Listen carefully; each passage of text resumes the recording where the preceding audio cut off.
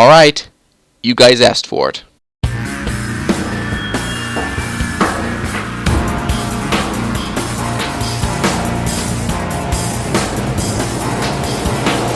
Last time, I went over how amazing bosses in the Sonic series can get, but now, it's time for me to cover how awful they can get. They can be incredibly disappointing, have a pace that's not fun to go along with, be flat out annoying or cheap, or just be poorly designed overall. But out of every bad boss in the series, there are always ones that stick out for all the wrong reasons. Just like the last video, only games I played, and only one per game. Also, I should note this. These aren't technically the worst battles in the series, they're just the ones that I dislike the most. Alright, this was the most voted countdown topic on the Sonic Month Straw Poll, so let's tear these 10 bosses a new one. Time to rock!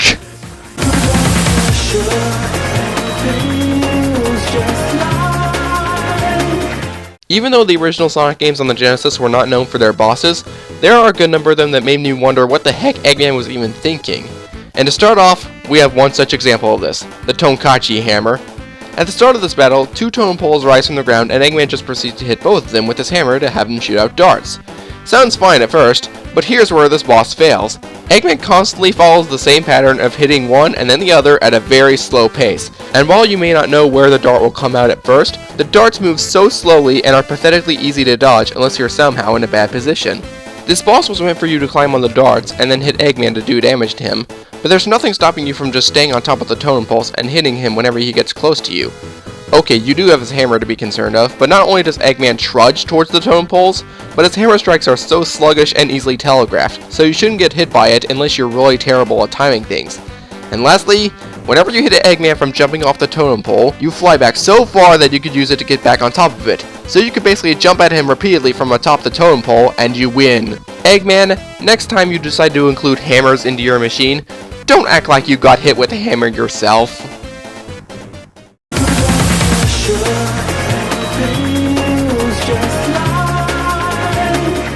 So after Merlina's betrayal, and before the final battle with her, Sonic and the Knights at the Round Table head to various locations to set up a barrier to stop the darkness from Merlina's new castle from reaching across the land. And the levels you go through are a lot of fun. But then the Earth Dragon decides to show up. Now at first glance, this fight looks really cool. You have to make your way towards the dragon while avoiding its unblockable fireballs, and slash at its horn to do damage to it. But the more you progress into the fight, the more it starts to suck. In the second part, the Earth Dragon will let out spread shots of fire and enemies to get in your way, which can be annoying to maneuver over and makes things more painful than they need to be. However, the final part is where all my problems with this battle come to fruition. Basically, the Earth Dragon will use every attack used in previous parts, which are the enemies and both kinds of fireballs, creating a giant mess that's really annoying to get through. And Soul Surge does not alleviate anything. And the real kicker? The Dragon's Horn has a lot more health, so it will take loads more slashes than previously to finish him off. And if the dragon shakes you off, he'll probably send you flying into either the spread shots or the enemies, which is really annoying. Really, the only way to get past this boss is if the boss decides it'll let you have an easy time, which is something that a boss shouldn't do. Yeah? Are you freaking kidding me? You can alternatively slash at a nearby pillar in order for it to fall and beat the boss that way?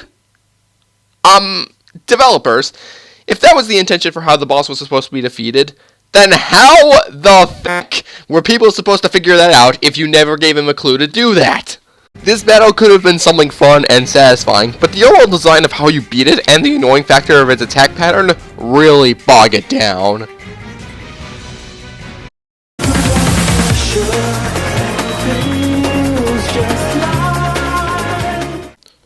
Oh dear, tons of people have torn into how terrible Big's gameplay in Sonic Adventure is, and after I played it myself, I can see why. I just got so bored just waiting for Froggy to bite the lure. Not to mention, the game arbitrarily restricts you on how you can get him. And how do you finish off a terrible story? With a terrible boss, that's how.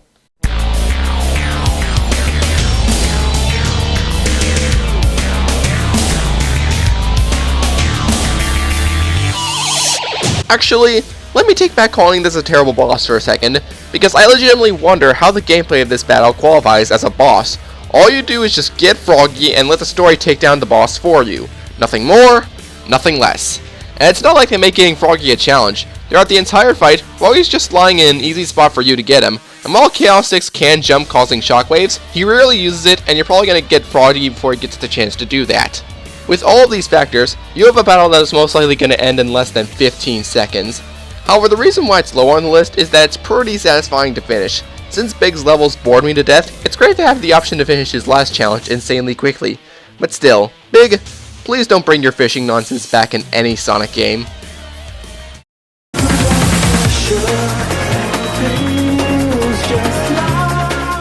You know how I said earlier that some bosses in the Genesis era made me wonder what the heck Eggman was thinking?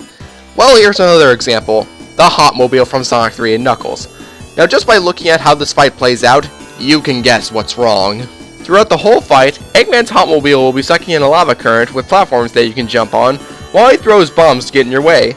However, the bombs are of no concern, because they always land in the same place, and it's impossible to get hit by them if you just stand on the platforms. Thing is, those bombs are actually what damage this boss, and you don't even need to do anything in order for them to work in your favor. All you need to do is just jump over them, and they'll do the damage. So Eggman, how exactly did you think that this was a good design for a contraption? All I see in this is a good way to make yourself look like an idiot.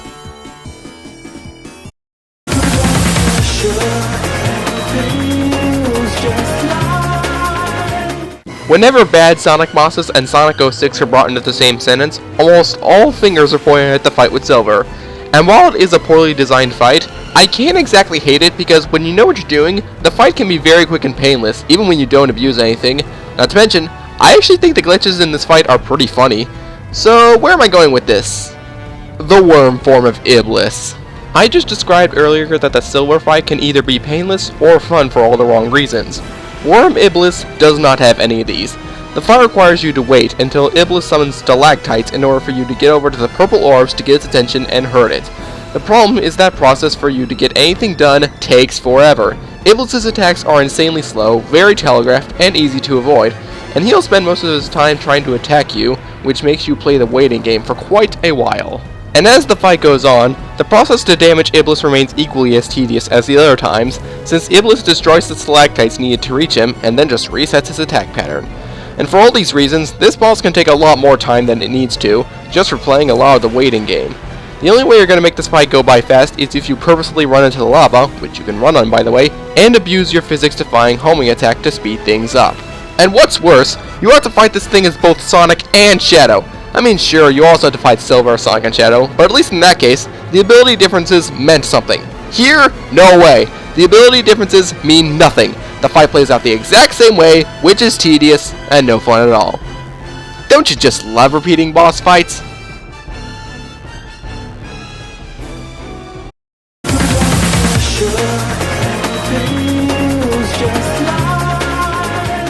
I actually thought Lyric from the Sonic Boom games was a decent villain. He had a good backstory and understandable motivation, and he just had a good style that made him stand out. And in Rise of Lyric, he had a pretty good boss battle. Sadly, that can't be said for a Shattered Crystal fight. Shattered Crystal primarily focused on using each character's abilities to proceed through the levels. However, in this fight, Lyric seals away all your friends, making Sonic the only playable character, automatically losing some potential to be a more creative fight. But that's just a small portion of why this fight sucks. This fight has 6 sections, 3 where you go through a brief level to chase after the capsule that your friends are imprisoned in, and 3 where you take on Lyric.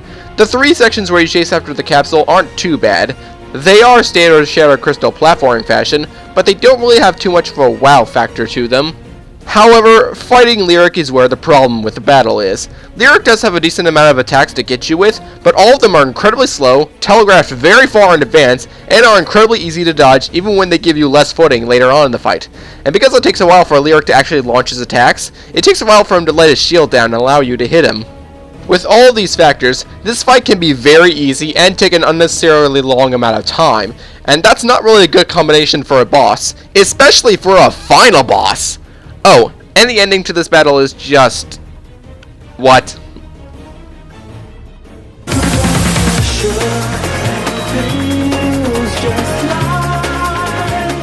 One thing Sonic Adventure 2 was hit or miss with was the character battles. I mean, the second Sonic and Shadow duel was one of my favorite fights in the series, and other fights like the first Sonic and Shadow duel and the first Tails and Eggman fight weren't too bad. And then you've got the travesty that is the second Tails and Eggman fight. After Dr. Eggman executed the brilliant plan of tricking Sonic into a trap and getting him sent into space, you'd think that something fun and epic would follow suit, but instead we got this. But wait! Don't Tails and Eggman have the same movesets, and doesn't this fight require you to know how to beat your own strategy? Well, not exactly. While it is true that you and your opponent have the same movesets, you can't exactly use any of your special attacks due to the lack of rings in the arena, while... Take this!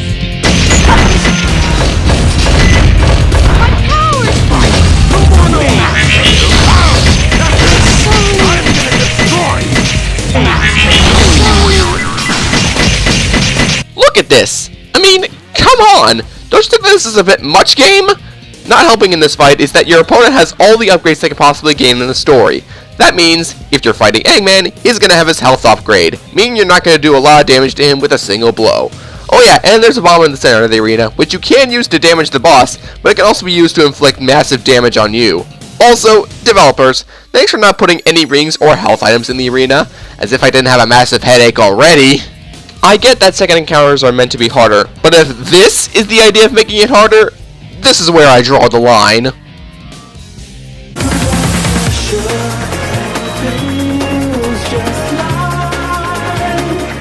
Sonic CD had a decent idea for boss battles, making them a lot like puzzles, but the execution of them leaves a lot to be desired. They're all really poorly thought out, very easy, and like the Tonkatchi Hammer and Hotmobile, they make you wonder what the heck Eggman was thinking. And nowhere is this more evident than with the Conveyor Belt Trap Room. Honestly, what do I need to say? Eggman just puts Sonic on a conveyor belt and tries to throw spike balls at him. What's wrong? Two things. The spike balls are pathetically easy to dodge if you know what you're doing, and Eggman puts his compartment on the conveyor belt, which causes it to get shredded. I mean, what? Eggman, you literally put your compartment on something that can shred it? Were you not paying attention to designing this thing, or were you just out of ideas at the time? Trapping Sonic in a room where he has to use his own skill to get out is just fine, but this is just an idiotic and lame way to do that. Eggman, try to think of a better way to execute the idea of trapping Sonic in a room next time.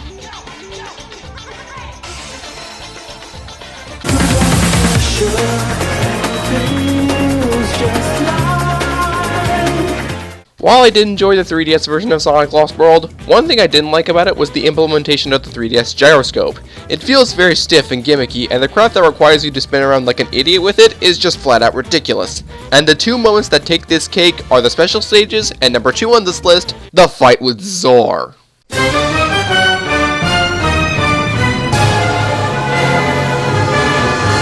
Oh geez, this is a painful fight. If you're wondering where the 3DS gyroscope comes in, I'll talk about that later and address these. As the fight begins, Zor will fly away on top of his giant owl mech and hide among some knockoffs, and you need to find him using a cannon. However, you're on a time limit, because Zor will be charging an attack.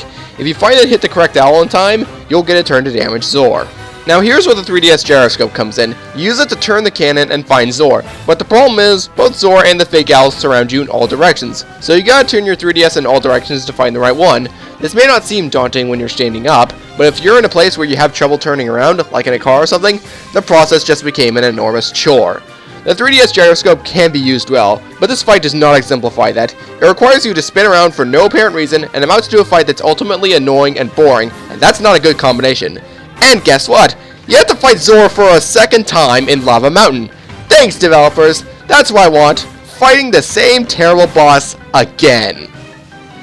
Ugh, and I've only got one more left.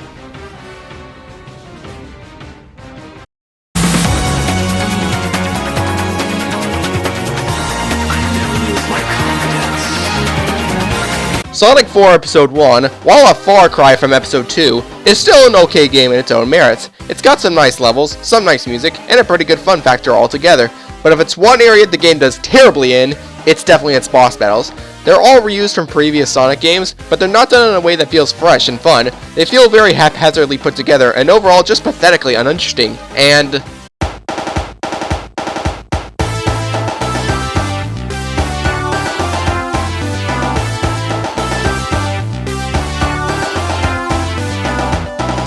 I'm gonna quote something I said in my old Final Bosses list. Screw this boss! I can't believe this battle was actually accepted by the developers and put into the final game. Sure, retreads can be fine if you're looking to expand upon what made the original great, but like every boss in Episode 1, Metal Robotnik fails completely. When the fight starts, Metal Robotnik will behave a lot like the Death Egg robot did in Sonic 2, only this time, you have rings and a homing attack, so the first part of this battle is incredibly pathetic since his attacks are telegraphed very far in advance, and he has an enormous hitbox. And while the first phase is incredibly anticlimactic and underwhelming, it doesn't hold a candle to the second phase. In Phase 2, Metal Robotnik will become completely shrouded in electricity, meaning you can no longer hit him head on. He'll proceed to go berserk and use several attacks at once, and the way you beat him is using a launched arm to hit him and proceed to wail on him. The problem is, the arm's hitbox is very inconsistent. Sometimes you'll knock it back, sometimes you just take damage, and even if the boss is still stunned, it can still fire projectiles that can blindside you if you aren't expecting them. And I have yet to bring up this boss's two biggest flaws. First of all, it's inconsistent health. It's supposed to take 24 hits before it goes down, but for some reason, after that amount of hits, it keeps on attacking like it has health lift. Why? Throughout all the run-throughs I've done of this boss, I could have sworn I did more than 24 hits and it kept on attacking. Am I doing something wrong or what? The second biggest flaw is that bullcrap end. At the end of the fight, Metal Robotnik tries pulling an Egg Viper and destroys the floor, killing itself and you. Now all you gotta do is hit him one last time, yeah, but the location as to where he punches at the ground is random. And with the large arena, just hope he doesn't do it on the other side, otherwise you're screwed and you gotta fight this boss all over again. This boss is an obnoxious difficulty spike and has a janky health bar, so this fight can go on for far too long just to lead to you getting lucky or dying. And in my case, about 99% of the time, I died. Do you want to know how many lives I've lost while fighting this thing? 133. 133! If a boss is that obnoxious that it causes me to lose that much of my lives, then that's more than enough reason to put it at number 1. This boss is enough reason as to why I'm recommending you skip Episode 1 and just go play Episode 2. Because I don't want anyone else to fight this atrocity. Then Episode 2 does everything better than Episode 1, but we'll talk about that some other time. I'm the Lightning Ripper, and if you can beat Metal Robotnik very easily, please teach me.